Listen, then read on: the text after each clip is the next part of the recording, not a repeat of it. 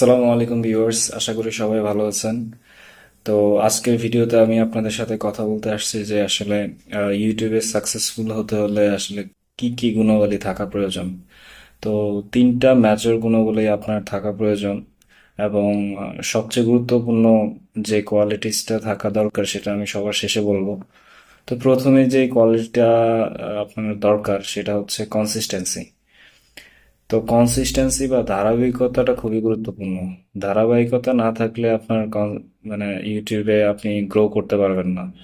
যতই আপনি ভালো কোয়ালিটি ভিডিও বানান বা যাই করেন, আপনি কনসিস্টেন্সি মেনটেন না করতে পারলে আপনি সাকসেসফুল হতে পারবেন না। তো 2 নম্বর যে কোয়ালিটিটা দরকার সেটা হচ্ছে পেশেন্স, মানে ধৈর্য। তো আপনার প্রচুর পরিমাণে ধৈর্য থাকতে হবে, যে মানে অনেক অনেক বেশি ধৈর্য থাকা প্রয়োজন।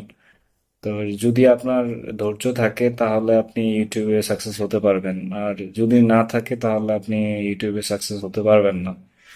এবং সবচেয়ে শেষের যে কোয়ালিটিটা সবচেয়ে গুরুত্বপূর্ণ সেটা হচ্ছে উইদাউট এক্সপেকটেশন। তো আপনার আসলে কোনো এক্সপেকটেশন থাকতে পারবে না যে আমি এখান থেকে সাকসেসফুল হব বা হতে হবে। আপনাকে অবশ্যই কোয়ালিটি ভিডিও আপলোড করতে হবে, কনসিস্টেন্সি পেশেন্স মেনটেন করতে হবে, কিন্তু এখান থেকে যে আপনার সাকসেস আসবেই এরকম এক্সপেকটেশন রাখলে হয় কি, তখন আপনি ডিপ্রেশনে পড়ে যাবেন, পরবর্তীতে আপনার ভিডিও বানানোর আগ্রহ চলে যাবে। তো এই তিনটা কোয়ালিটি বা এই তিনটা দিক যদি মাথায় রাখা যায় তাহলে ইউটিউব ভিডিও বা ইউটিউব কন্টেন্ট বানানো যেতে পারে এবং হয়তো এক সময় সাকসেসফুল হওয়া যাবে। কিন্তু এই তিনটা গুণ অবশ্যই থাকতে হবে, মাস্ট।